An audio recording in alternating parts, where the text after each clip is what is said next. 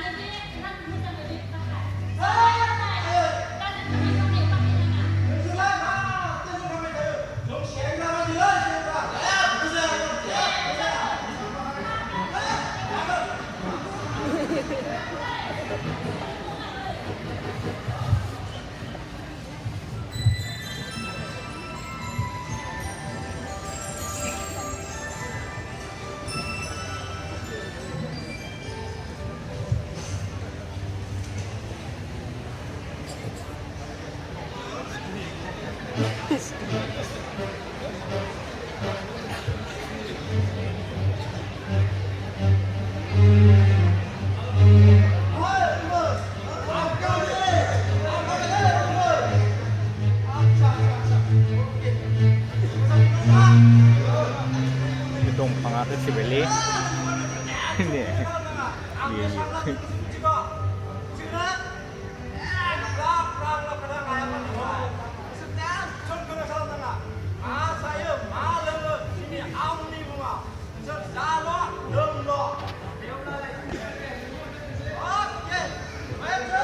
बोसोन बिजाब 24:1 बुंदों जौआ नंखाय गोहो होयो आरो बियो मानसिखौ मूर्ख जाहोयो। दिनै मानसिनि जिउनि समायना लाइमोन जिउखौ बिमा बिफानि अबायथ' खालामनाय, थिखुदला जानाय, थांखि गैयै रोखोमनि फेग्रा बेसादजों सैताना लाइमोन जिउखौ आद्रि खालामनो मेरनाय सिंह बायदि जंगासिनो दङ आरो गोबाङा बिनि फाव फान्दायनायजों बेसेन गोनां जिउआ आद्रि जालांदों।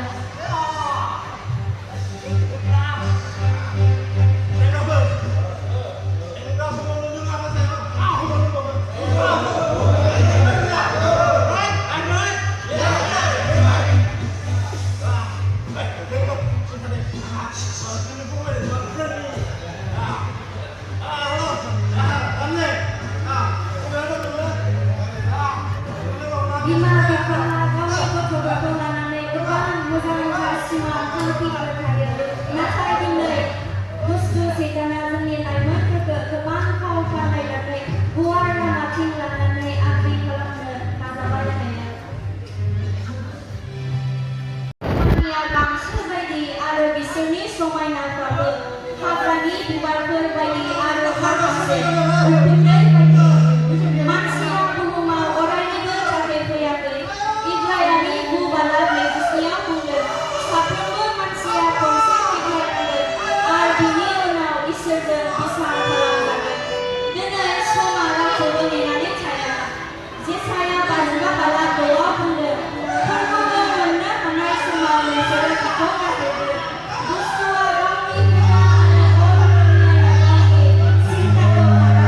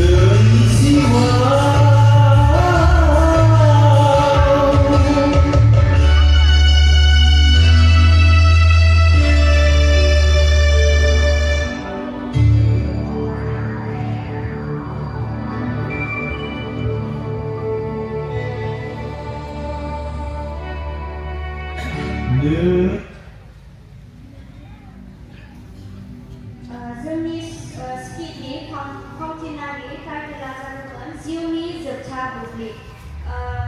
जोंनि फावथिनाजों जों बेखौनो फोरमायदों जे मानिग्रा जायाब्ला इसोरनि बोसोनखौ लायाब्ला जोंनि जिउआ आद्रि जागोन। जोंनि बे फावथिनायाव सासे गथ' दङमोन जायहा गावनि बिमा बिफानि अबायथ' जानानै जिउ खुंदोंमोन आरो बिनि जिउनि जोबथा बुब्लिया मादि जाखो बेखौ जोङो बे फावथिनाजों नुनो मोनबाय।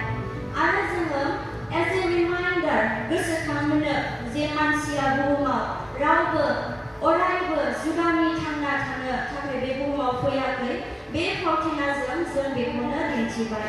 गितफोर चैप्टर 90 verse 10 आव बुंदों, जोंनि बैसोनि बोसोरफ्रा 70 बोसोर आरो जर गोराब्ला 80 बोसोर जानो हागौ, नाथाय मानसिया खनसे थैथारनांगोन and no one can escape death। नाथाय जोंहा बे जिउनि उनाव मोननै जायगा दं, heaven and hell, सोरगो आरो नरक and is everlasting। दिनै जोंहा मोननै लामा दङ, गुवार आरो गुसेब लामा।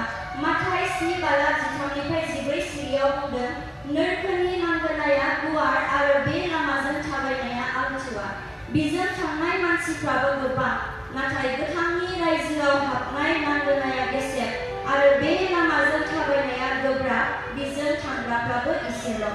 जोंनो इसोरा सायख'नायनि उदांस्रिखौ होबाय, since Christ paid his blood for our life। जोंनि जिउनि लागै जिसुआ गावनि थैखौ फसरबाय। अब्ला जोंनि आगोमा बेसेनगोनां जिउआव फै जों गोथांनि रायजोआव हाबग्रा गेसेब लांगोनाजों हाबनि। जिसुआनो लामा, नंगौ आरो गोथाङा, बिजों नङाब्ला रावबो आफानियाव सौहैया। अब्ला जों दिनै गावनि जिउखौ इसोरनो गथायनि आरो जिसुखौ गावनि जिउनि बासायगिरि होननानै जोङो नाजावनि आरो जों सानफ्रोमबो फोथायनायजों, अननायजों आरो नंगौजों थाबायनि। Let us then surrender our life today to God and accept Jesus as our Lord and Savior and walk with Him in every day of our life in faith, love, truth and humility। बे फावथिनानि director mister बुन्जु खाख्लारि, एरेन्जार mister बिमासा दैमारि, निज बालिसिता Baptist चार्चनि फावथिना दिन्थिफुंनाय बेसेनोसै। And on behalf of NIZ BALISITA Baptist Church, we give thanks to Bodo Baptist Convention for giving us this beautiful opportunity to perform the skit. May it all be for the glory of God. Thank you. God bless us.